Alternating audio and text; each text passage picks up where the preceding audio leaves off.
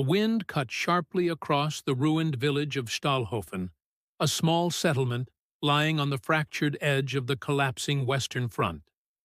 It was late March 1945, and the war's final act had begun. Its stage set with broken roads, cracked church bells, and the last stubborn fires of winter clinging to chimneys that no longer sheltered anyone. Captain Edward Harrow, 7th Battalion, King's Shropshire Light Infantry, moved cautiously through the rubble with his small reconnaissance patrol. Boots crunched across stone, glass, and the splintered remains of what had once been lives.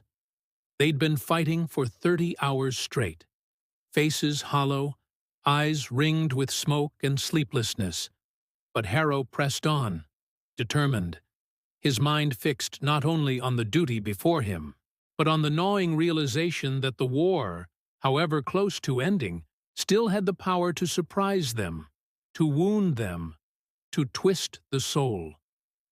The men had reached the central square when they saw it.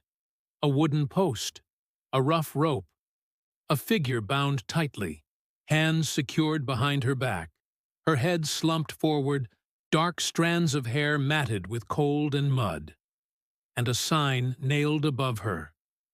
"Traitor!" Harrow froze. "Corporal Davies," he whispered.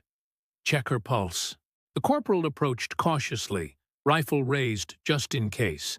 As he touched her shoulder, the figure stirred, a faint shudder running through her. "She's alive, sir," Davies said. "Barely." Harrow stepped forward, brushing aside the sign with a gloved hand to read her armband beneath her cloak. The white of the Red Cross, stained and scraped, but unmistakable. "A nurse," he murmured. "German." For a long moment, the patrol stared. Even in the brutal calculus of war, the sight was jarring.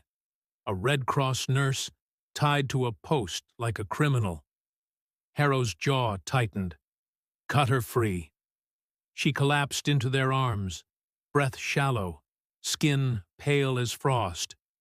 When she opened her eyes at last, hours later in the makeshift British aid station, she blinked at the unfamiliar faces looking down at her. "English?" she whispered, her voice brittle. "Yes," Harrow replied softly. "You're safe." Her name, they learned, was Anna Clausen, a field nurse assigned to the 314th Volksgrenadier Division. Her story spilled slowly, one thread at a time, as she gathered strength. She had been accused of betraying her comrades. Why? Because she had refused an order. Night had fallen when she finally revealed the full truth. Rain tapped softly on the shattered windows, and the single lantern in the room cast trembling shadows along the wall. Her voice trembled with memory. "We had wounded in the cellar of the schoolhouse," she said. "German, American, 2 British boys, just 17, maybe 18, barely men. Our medic in command insisted the enemy be abandoned, for supplies could not be wasted on them. He said the war demanded priorities." Her eyes met Harrow's, steady now, though still clouded with exhaustion. "I refused. I treated all of them. I smuggled bread, water, dressings. I helped an American soldier escape when the SS arrived looking for deserters." A pause. "They found out. They called me a traitor. And then they left me to die." She turned her face away. "I do not know how long I hung there." Harrow exchanged glances with the others. There was no judgment in the room, only a heavy, somber respect. She had shown humanity in a place where it had become scarce. Days passed. The Allied advance continued eastward, and Harrow's company prepared to move again. But the nurse could not travel.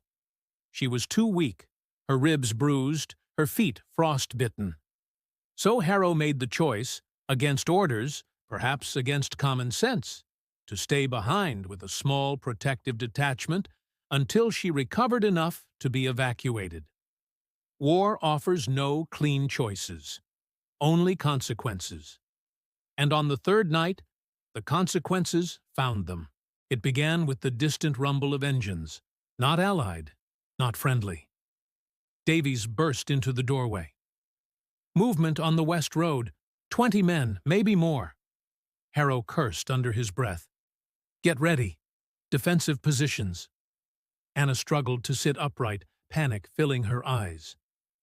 They've come back, she whispered. The same men, the ones who left me. Outside, the moonless darkness grew heavier. Boots marched.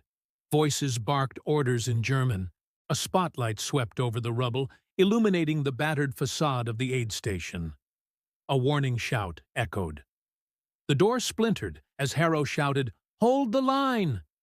The silence of the village shattered into gunfire.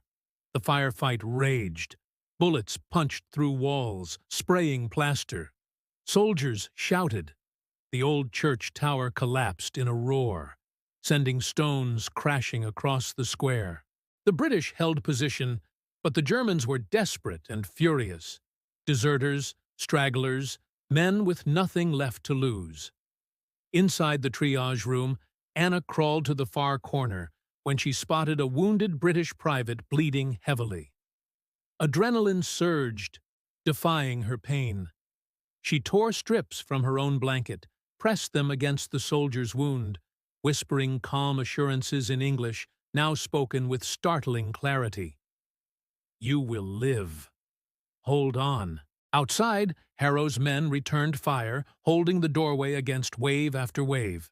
Davies shouted, "Sir, we can't hold much longer." But retreat was not an option. Behind them lay the wounded, the nurse, their oath. A moment later, a grenade rolled through the doorway. Davies lunged, kicking it back through the shattered frame. Seconds later, a blast. Screams. The night seemed endless, until, finally. Allied tanks, delayed by broken bridges and minefields, reached Stahlhofen at dawn. Their thunderous engines broke the enemy ranks. The attackers fled into the forest, leaving chaos and heavy smoke swirling through the village. Harrow's patrol had survived. Barely. Among them, Anna stood trembling, clutching the wounded private's hand, refusing to let go until he was safely lifted onto a stretcher. When Harrow approached her, she whispered, "It is over?" He shook his head. "Not yet. But you're safe now." For the second time, she had been spared. 2 weeks later, when the war finally ended, Captain Harrow received a small envelope at headquarters. Inside was a handwritten note.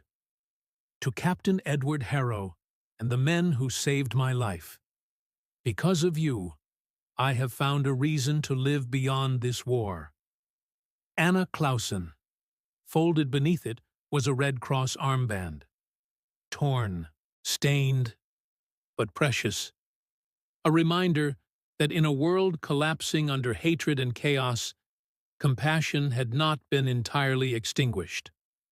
Harrow pinned the armband inside his journal, and for years afterward, each time he looked at it, he remembered that moment in Stahlhofen, the moment he found a German nurse tied to a post, condemned as a traitor, yet more courageous than many who had judged her. War ends, but its stories, its acts of cruelty and its flashes of humanity endure.